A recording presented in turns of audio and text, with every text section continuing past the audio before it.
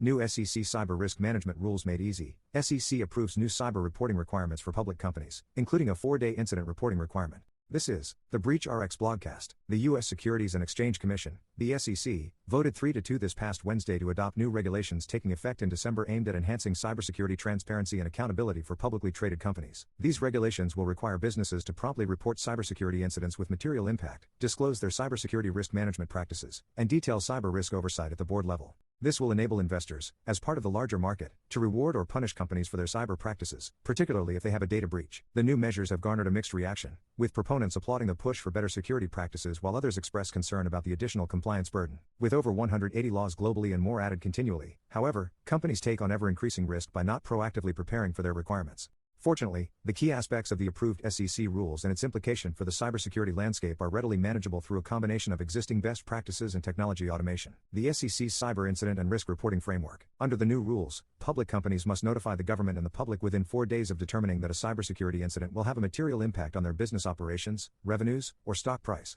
The disclosure should include information about the nature, scope, and timing of the incident, as well as the likely material impact on the company's financial condition and operations. This transparency aims to address information asymmetry between companies and investors and enable more informed decision-making. A key aspect of this requirement is how the materiality of incidents is determined, as that starts the 4-day clock. This vital factor is more of an art than an exact science in current best practice. It requires a meticulous evaluation of all relevant facts and circumstances, encompassing both quantitative and qualitative aspects. A proactive and timely materiality analysis is also paramount, even if full incident details are not yet available. Even incidents with low probabilities of adverse consequences can be deemed material if they pose substantial losses or liabilities. This crucial decision relies on the significance that a reasonable investor would attach to the information. Companies must consider potential impacts on their reputation, customer relationships, and competitiveness, along with the possibility of litigation or regulatory actions. Intellectual property theft, fraud, privacy law violations, and reputational risks are some of the material risks involved. By prioritizing the protection of their most critical assets, organizations can navigate the complexities of cyber incidents and safeguard their stakeholders' interests. Understanding materiality and its significance is now a crucial step in a robust cybersecurity strategy for public companies. The SEC directives follow a number of recent global trends in incident notification requirements from regulators. Similar to other recent laws, for example, the SEC does not require incidents involve personal identifiable information, PII, to make them material. They must be reported regardless of the type of data. Incidents under the rule can include one or more unauthorized occurrences on or through the organization's systems that jeopardize their confidentiality, integrity, or availability or the data they store. Additionally, incidents on third-party systems are not exempt from notification. In other words, the materiality of an incident does not depend on the location or ownership of the relevant electronic systems. Further, the SEC appears to be looking for continuous reporting for incidents if the company is unclear within the 4-day timeline of its ultimate outcome. In addition to the incident reporting requirement, the SEC approved directives that also require public companies to disclose their cybersecurity risk management, strategy, and governance in their annual filings. This includes providing details on how the board of directors oversees cybersecurity risks and identifying a committee or subcommittee responsible for oversight. How boards approach this requirement remains to be seen, given the dearth of real cyber expertise from members, typically pooled from CEOs, CFOs, and COOs, who sit on boards. Ultimately, the SEC directives can more simply be summarized as 4 requirements, implemented largely through periodic reporting. Report material cybersecurity incidents within 4 business days. Inform shareholders of minor cyber incidents that, when combined, become material.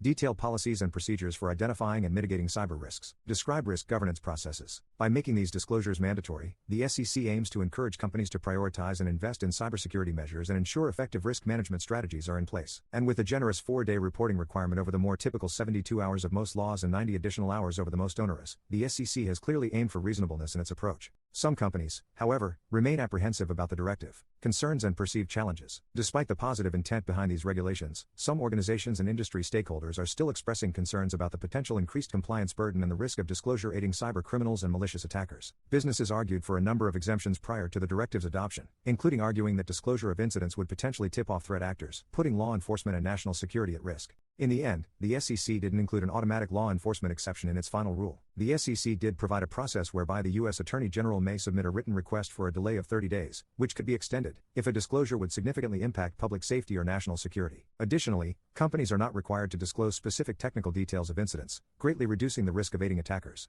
This process should reassure organizations that their sensitive information will be protected. Furthermore, the final rule excluded a proposed requirement on identifying specific board members with cybersecurity expertise. Given board member backgrounds are public, and the committee responsible is required to be reported, the equivalent information is already readily available to regulators and investors. Board oversight, including member expertise, is likely to be more deeply examined when material incidents are reported. This should drive organizations to focus more strategically and ideally more proactively on cybersecurity. While the new regulations may create additional compliance efforts, they also present unique opportunities for companies to improve their security posture and build investor trust. By disclosing cybersecurity risk management processes, companies can arm investors with valuable information, which may prompt better security practices. Furthermore, the increased transparency will foster more consistent and predictable cybersecurity disclosures, leading to greater comparability among companies' security measures. Implement incident response automation to comply. The SEC's approval of these cybersecurity requirements marks a significant step in advancing cybersecurity practices and risk disclosure standards in the corporate world. As the threat landscape continues to evolve, these regulations will likely play a crucial role in enhancing the overall security posture of public companies. And regardless of perceived implementation challenges, existing technology automation like the BreachRx incident response platform and CyberReg Scout directly fulfill these requirements and can significantly reduce the burden of these and similar compliance requirements for businesses.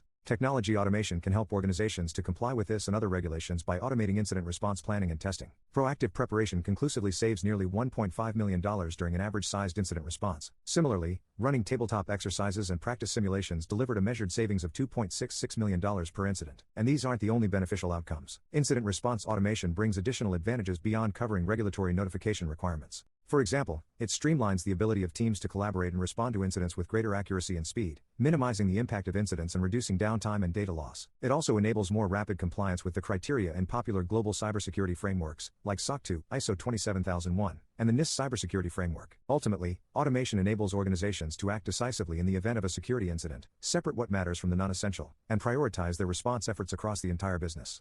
Through technology, as in other parts of the business, teams reduce risk and increase cyber resilience with technology that addresses incident response. Outlook. With the SEC's approval of new cyber reporting regulations for public companies, cybersecurity continues to move to the forefront of corporate governance and disclosure practices. These regulations represent a decisive move towards greater transparency and accountability, allowing investors to make more informed decisions while encouraging companies to strengthen their cybersecurity posture. While there may be apprehension about complying with these new rules, the potential positive impact on investor confidence and the overall cybersecurity landscape cannot be ignored. Further, given cyber threats continue to evolve, staying vigilant and proactive in safeguarding sensitive and customer data is no longer a secondary concern but a top priority for businesses operating in the digital age. Fortunately, technology automation can readily augment best practices to rapidly position companies to cover this directive and the myriad other regulations around the world. As the business world implements the SEC requirements, we can expect to see heightened cyber resilience and improved risk management strategies across industries, creating a safer digital environment for everyone. Take the risk out of your breach response. Automate your incident response today. Get started today at BreachRx.com.